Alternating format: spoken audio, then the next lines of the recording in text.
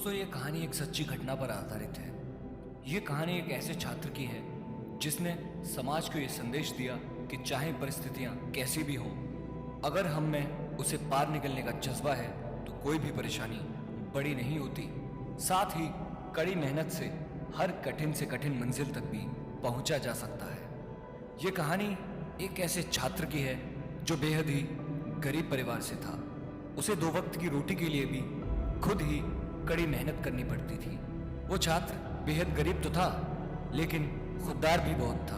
वो अपनी स्कूल की फीस, किताबें, सब कुछ अपनी कमाई से ही भरता था, चाहे उसके लिए उसे एक रात खाली पेट ही क्यों ना सोना पड़े।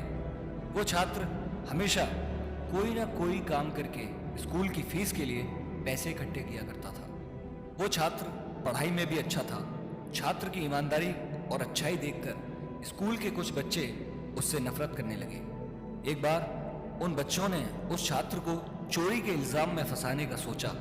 उन्होंने स्कूल के प्रिंसिपल से जाकर उस छात्र की शिकायत कर दी कि वो हमेशा दूसरों के पैसे चुराता है और पैसे चुराकर स्कूल की फीस भरता है और किताबें खरीदता है। बच्चों ने प्रिंसिपल से छात्र को उचित दंड देने के लिए कहा।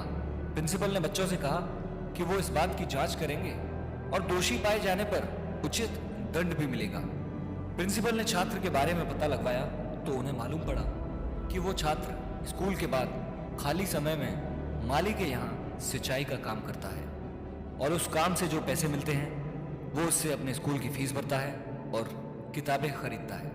अगले दिन प्रिंसिपल ने उस बच्चे को सबके सामने बुलवाया और उससे पूछा कि तुम्हें इतनी दिक्कत होती है तो तुम अपने स्कूल की फीस माफ क्यों नहीं करवाते। छात्र ने उत्तर दिया कि गुरुजी, अगर मैं अपनी सहायता खुद कर सकता हूं तो मैं खुद को बेबस क्यों समझूं और फीस माफ क्यों करवाऊं। आखिर दूसरों के माता पिता भी तो मेहनत करके ही फीस देते हैं ना, तो मैं भी मेहनत करके ही अपनी फीस जमा करता हूं, इसमें गलत क्या है। वैसे भी आप ही ने तो सिखाया कि कर्म ही सबसे बड़ी पूजा है। छात्र की ये बातें सुनकर प्रिंसिपल का भी सिर गर्व से ऊंचा हो गया और दूसरे बच्चों को शर्मिंदगी महसूस हुई। जी हाँ, हम बात कर रहे हैं महान लेखक बंकिम चंद्र चट्टोपाध्याय जी की। बड़ा होकर ये छात्र सदानंद चट्टोपाध्याय के नाम से भी जाना जाने लगा। सदानंद चट्टोपाध्याय को बंगाल के शिक्षा संगठन के डायरेक्टर का पद मिला था। अब आते हैं इस कहानी के सार में। इस कहानी से हमें ये शिक्षा मिलती है कि हमेशा इंसान को अपने कर्मों पर विश्वास रखना चाहिए। सफलता पाने और आगे बढ़ने के लिए दूसरों पर निर्भर होने के बजाय खुद कड़ी मेहनत करनी चाहिए।